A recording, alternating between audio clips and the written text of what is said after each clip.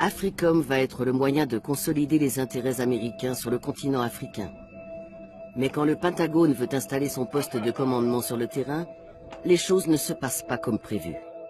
Les Américains cherchaient à établir le siège d'AFRICOM ainsi qu'un siège de la CIA pour l'Afrique au Mali. Le problème, c'est que les Africains ont une position commune actuellement de refuser l'établissement de nouvelles bases militaires.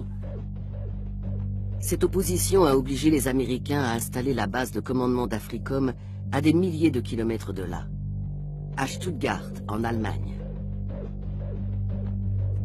La résistance contre toute présence militaire américaine est longtemps menée par un leader africain charismatique et fort riche, le même qui est depuis des décennies une sérieuse épine dans le pied de l'Occident.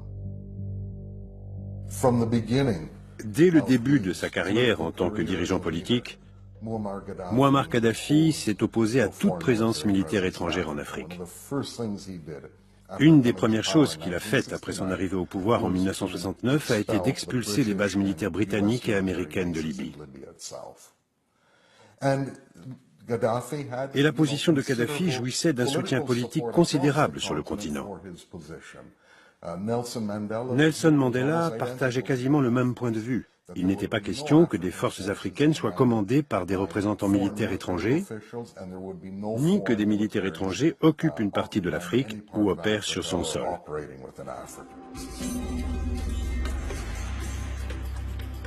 Kadhafi a joué une partie complexe avec les pays occidentaux.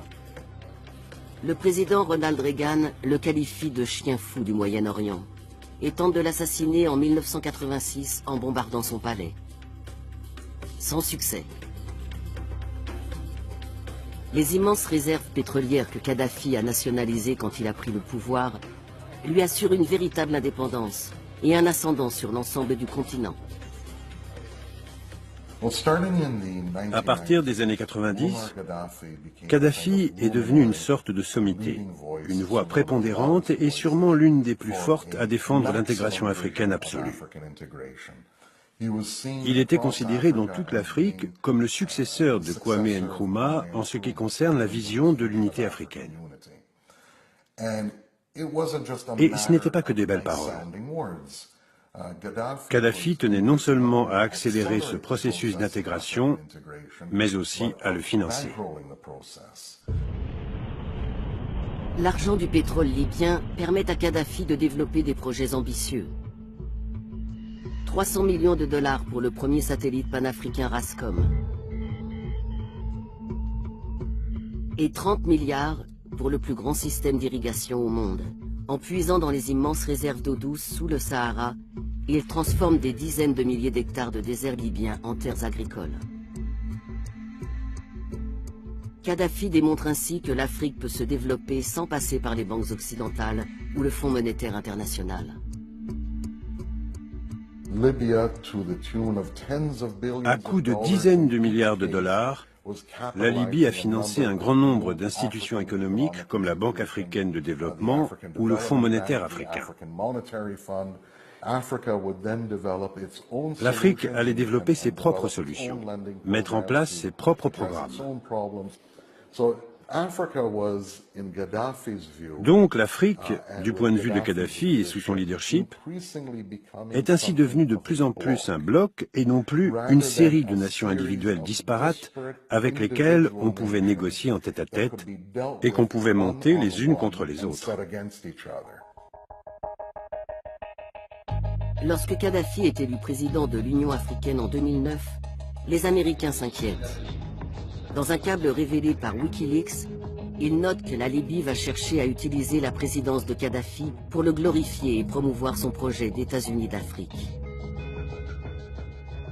Les multinationales américaines ont aussi leurs problèmes avec le dirigeant libyen. En particulier, lorsqu'il décide d'annuler un contrat d'1 milliard de dollars avec Bechtel, la plus grande entreprise de travaux publics aux États-Unis, qui entretient des liens étroits avec Washington. Le fait qu'une compagnie ayant le savoir-faire et l'assise financière de Bechtel ne soit pas parvenue à décrocher ce contrat est un avertissement pour les entreprises américaines et occidentales qui cherche à s'implanter sur le marché libyen en pleine expansion, ainsi que pour les autres entreprises américaines qui envisageraient d'y investir.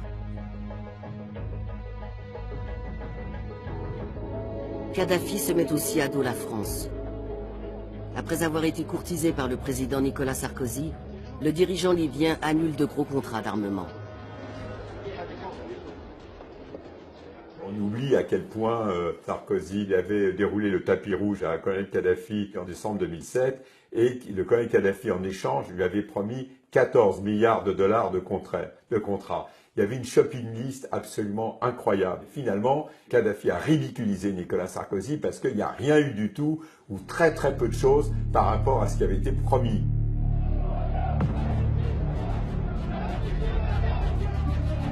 En mars 2011, alors que le printemps arabe se répand en Afrique du Nord, la France et les États-Unis décident d'agir.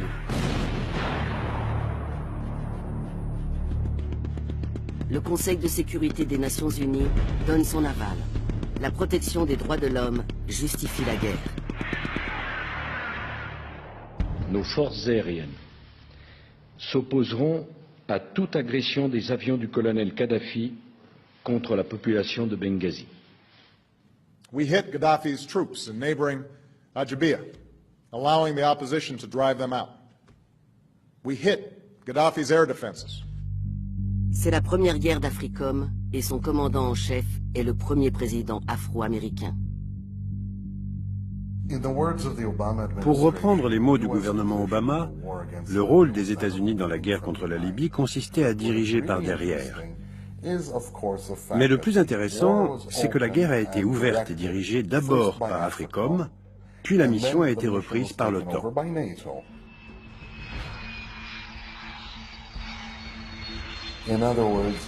En d'autres termes, ceux qui mènent les opérations à l'OTAN sont eux-mêmes dirigés par les États-Unis qui commandent officiellement l'OTAN. En plus de ça, après l'arrêt des bombardements et avoir fait l'éloge des alliés en Libye, Obama a révélé qu'un certain nombre de bombardements français avaient en réalité été effectués par des pilotes américains.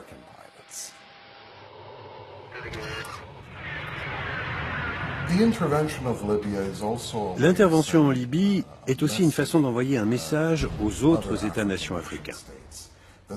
S'ils se lancent dans un processus de défiance radicale, visant à une indépendance radicale, dans un processus nationaliste et anti-impérialiste, il pourrait y avoir des conséquences qui ne sont plus de l'ordre de l'hypothèse. Cela revient à envoyer le signal clair aux États africains qu'il y a des limites dans lesquelles ils doivent opérer et qui ont été fixées par les opérations militaires américaines.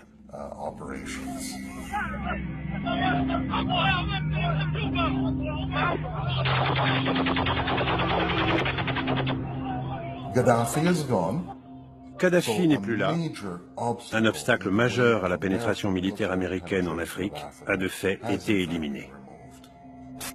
We came, we saw, he died.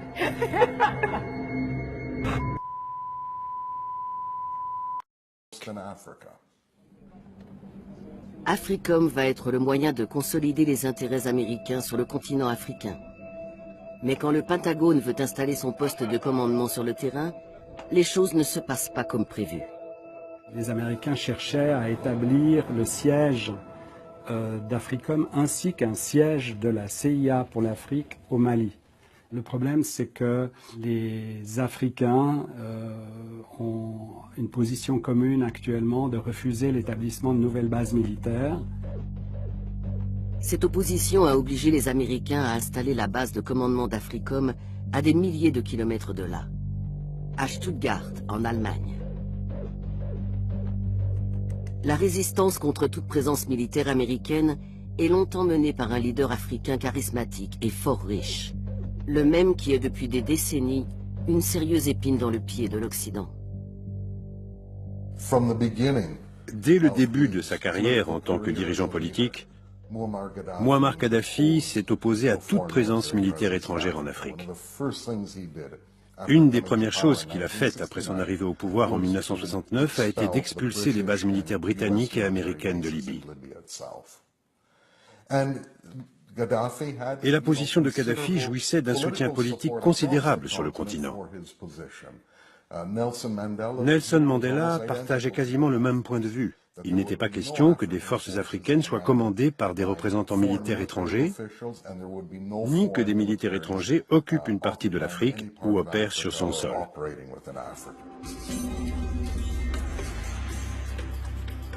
Kadhafi a joué une partie complexe avec les pays occidentaux. Le président Ronald Reagan le qualifie de chien fou du Moyen-Orient et tente de l'assassiner en 1986 en bombardant son palais. Sans succès. Les immenses réserves pétrolières que Kadhafi a nationalisées quand il a pris le pouvoir lui assurent une véritable indépendance et un ascendant sur l'ensemble du continent. À partir des années 90, Kadhafi est devenu une sorte de sommité, une voix prépondérante et sûrement l'une des plus fortes à défendre l'intégration africaine absolue. Il était considéré dans toute l'Afrique comme le successeur de Kwame Nkrumah en ce qui concerne la vision de l'unité africaine. Et ce n'était pas que des belles paroles. Kadhafi tenait non seulement à accélérer ce processus d'intégration, mais aussi à le financer. L'argent du pétrole libyen permet à Kadhafi de développer des projets ambitieux. 300 millions de dollars pour le premier satellite panafricain Rascom. Et 30 milliards pour le plus grand système d'irrigation au monde. En puisant dans les immenses réserves d'eau douce sous le Sahara, il transforme des dizaines de milliers d'hectares de désert libyen en terres agricoles. Kadhafi démontre ainsi que l'Afrique peut se développer sans passer par les banques occidentales ou le Fonds monétaire international. À coût de dizaines de milliards de dollars, la Libye a financé un grand nombre d'institutions économiques comme la Banque africaine de développement,